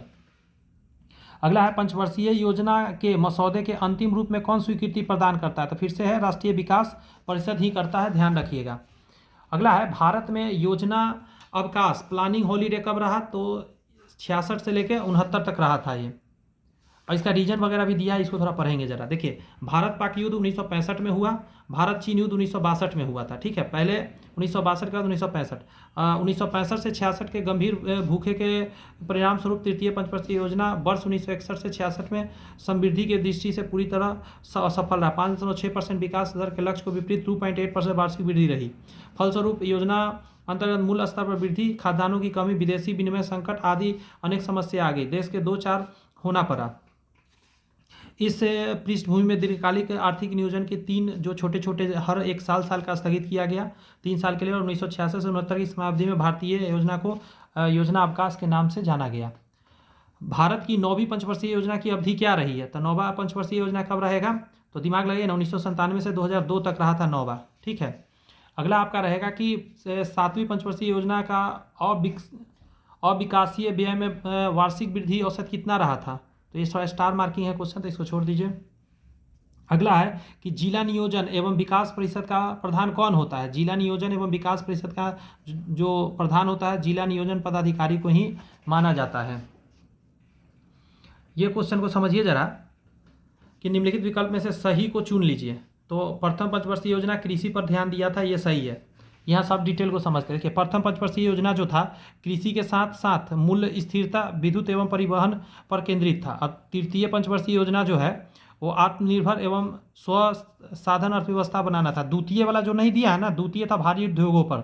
चौथी पंचवर्षीय योजना स्थिरता के साथ विकास तथा आत्मनिर्भरता पर प्रगति उपलब्ध कराना। 5वीं पंचवर्षीय योजना गरीबी उन्मूलन का था, गरीबी हटाओ का नारा मिला था तथा आत्मनिर्भरता प्रगति का ध्यान दिया गया था। आर्थिक नियोजन विषय कौन सा है, तो यह समवर्ती सूची में, आर्थिक नियोजन विषय समवर्ती सूची में रखा गया है। आगे है दूसरी पंचवर्षीय योजना के रूपरेखा किसने तैयार करा था, तो वो करने वाला कोई और नहीं था, PC महालनोबिस था, क्योंकि भारी उद्योग धंधा को इस पर ध्यान दिया गया था। अगला है 10वीं योजना की अवधि क्या थी, 10वीं पंचवर्षीय योजना जो था ये 2002 से लेके 2007 तक चला था, इसको थोड़ा सा ख्याल रखना है आपको। नेक्स्ट जो हमारा टॉपिक है मुद्रा एवं क्या है बैंकिंग, यहाँ से हम नेक्स्ट क्लास में बात करेंगे। कैसा लगा सेशन मुझे बताइएगा। एक क्लास और आएगा और आपका क्या हो जाएगा, ये पूरा कंप्लीट हो जाएगा economics. All the best, bye bye, thank you. Channel subscribe करके बेल आइकन जरूर प्रेस कर लीजिएगा और टेलीग्राम पर जाकर PDF प्राप्त कर लीजिएगा। इसका PDF एक और क्लास ये जब कंप्लीट हो जाएगा तब अपलोड किया जाएगा। अदर जितने भी क्लासेज है उसका PDF वहाँ पे अवेलेबल है, जाके आप देख सकते हैं। Bye bye, thank you.